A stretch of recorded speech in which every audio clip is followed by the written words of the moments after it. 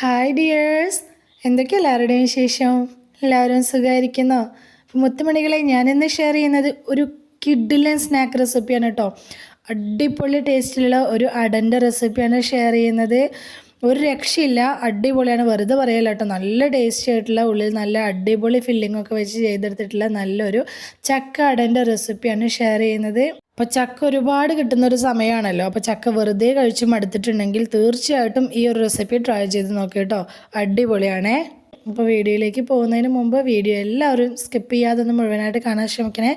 കണ്ടുകൊണ്ടിരിക്കുന്ന സമയത്ത് ഇഷ്ടമാവുന്നുണ്ടെങ്കിൽ മറക്കാതെ ലൈക്ക് ബട്ടൺ ഒന്ന് പ്രസ് ചെയ്ത് വെക്കണം കേട്ടോ. അതുപോലെ തന്നെ സബ്സ്ക്രൈബ് ചെയ്യാതെ കാണുന്ന പുതിയ കൂട്ടുകാർ ആരെങ്കിലും ഉണ്ടെങ്കിൽ പ്ലീസ് ഒന്ന് സബ്സ്ക്രൈബ് ചെയ്ത് സപ്പോർട്ടും കൂടി ചെയ്യണേ. അപ്പോൾ നമുക്കിത് എങ്ങനെ ഉണ്ടാക്കുന്നത് നോക്കിയാലോ. അതിനായിട്ട് ഞാൻ ആദ്യം തന്നെ ഒരു സോസ് പാൻ അടുപ്പിലേക്ക് വെച്ചിട്ട് 4 അച്ച് ശർക്കര ഉരുക്കാനായിട്ട് കുറച്ച് വെള്ളം കൂടി ഒഴിച്ച് കൊടുത്തിട്ട് വെച്ച് കൊടുക്കുന്നുണ്ട്. അപ്പോൾ വെള്ളം ഒഴിക്കുമ്പോൾ ഓവറായിട്ട് ഒഴിക്കരുത്, കുറച്ച് വെള്ളം ഒഴിച്ചിട്ട് ഒന്ന് ഉരുക്കിയെടുത്താൽ മതി. ശർക്കര പാനിയാക്കി എടുക്കാനും വേണ്ടിയിട്ടാണ്.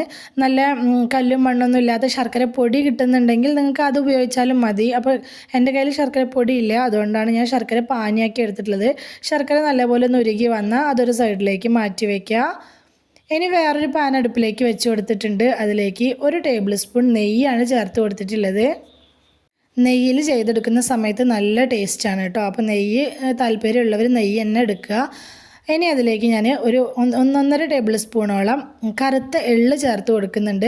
എള്ള് കയ്യിലുള്ളവർ സ്കിപ്പ് ചെയ്യാതെ നിർബന്ധമായിട്ടും ചേർത്ത് കൊടുക്കണം കേട്ടോ. ഈ ഫില്ലിങ്ങിന് കൂടുതൽ ടേസ്റ്റ് കൊടുക്കുന്നത് ഈ എള്ള് ചേർക്കുമ്പോഴാണ്.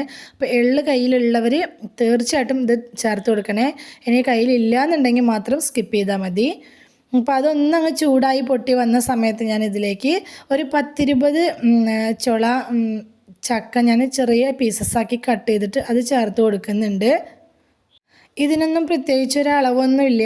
ഇത് നമുക്ക് എത്രത്തോളം വേണം നോക്കിയിട്ട് നമ്മൾ എത്രത്തോളം അട ഉണ്ടാക്കിയെടുക്കുന്നുണ്ട് എന്നനുസരിച്ച് വേണം നമ്മളിതിൻ്റെ ഇൻഗ്രീഡിയൻസിലൊക്കെ മാറ്റം വരുത്താനായിട്ട് കേട്ടോ. അപ്പോൾ ഞാനിപ്പോൾ ഒരു 10-20 ചുള ചക്കയാണ് എടുത്തിട്ടുള്ളത്. അത് നല്ലോണം കുഞ്ഞു കുഞ്ഞു പീസായിട്ട് കട്ട് ചെയ്തെടുത്തിട്ടാണ് ചേർത്തിട്ടുള്ളത്. അത് ഈ നെയ്യിലിട്ടിട്ട് നല്ലപോലെ ഒന്ന് വഴറ്റിയെടുക്കണം.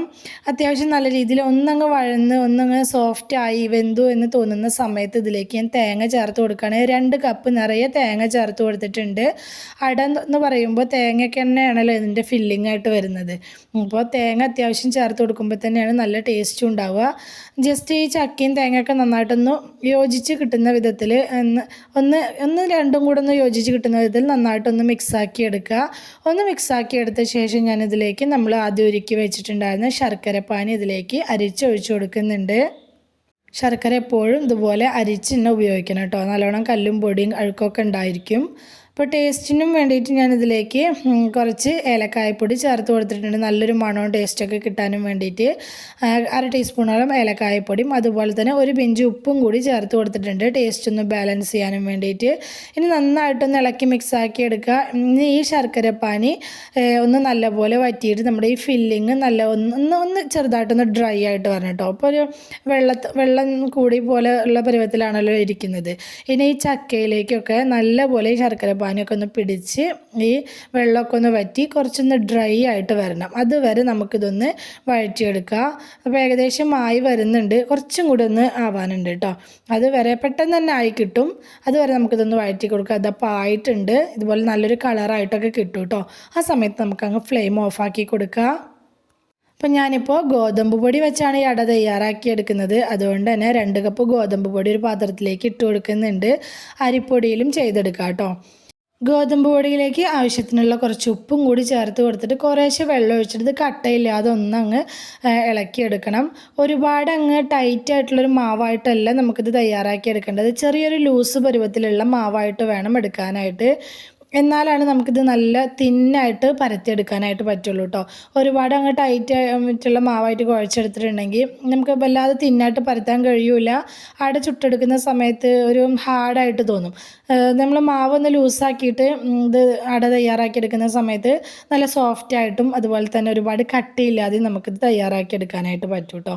അപ്പോൾ ഒരുപാട് വെള്ളം ആദ്യം ഒഴിച്ചു കൊടുക്കാതെ കുറേശ്ശെ വെള്ളം ഒഴിച്ചിട്ട് ഇത് കട്ടയൊന്നും ഇല്ലാതെ ഒന്നങ്ങ് ഇളക്കിയെടുക്കുക. വിസ്ക് ഉപയോഗിക്കുന്നതായിരിക്കും നല്ലത് കേട്ടോ.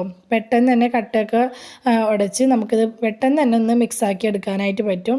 ഇതപ്പോൾ നന്നായിട്ടൊന്ന് മിക്സാക്കി എടുത്തിട്ടുണ്ട്.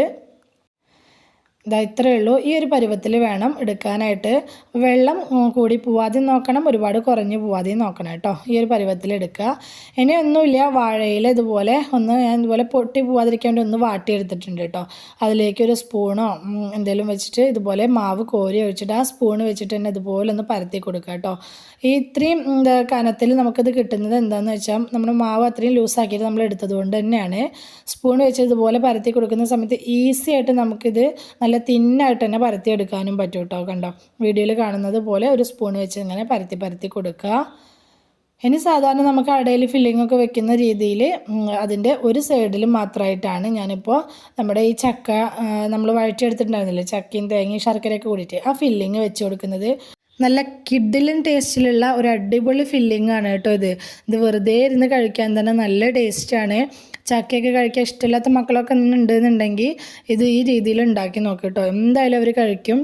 ഞാനിതിപ്പോൾ അത്യാവശ്യം നല്ല രീതിയിൽ തന്നെ ഫില്ലിങ് വെച്ച് കൊടുത്തിട്ടുണ്ട്. ഇനി ഇതുപോലെ ഒന്ന് മടക്കി കൊടുത്തിട്ട് ജസ്റ്റ് ഒന്ന് കൈ കൊണ്ട് പ്രസ് ചെയ്ത് കൊടുക്കുക കേട്ടോ. ഇനി നമുക്കിത് ബാക്കിയുള്ളതും ഇതുപോലെ ചെയ്തെടുത്ത ശേഷം ഇതുപോലെ ഒരു ആവിച്ചെമ്പിൽ എന്തെങ്കിലും വെച്ചിട്ട് നമുക്കൊന്ന് ആവി കയറ്റി എടുക്കുക.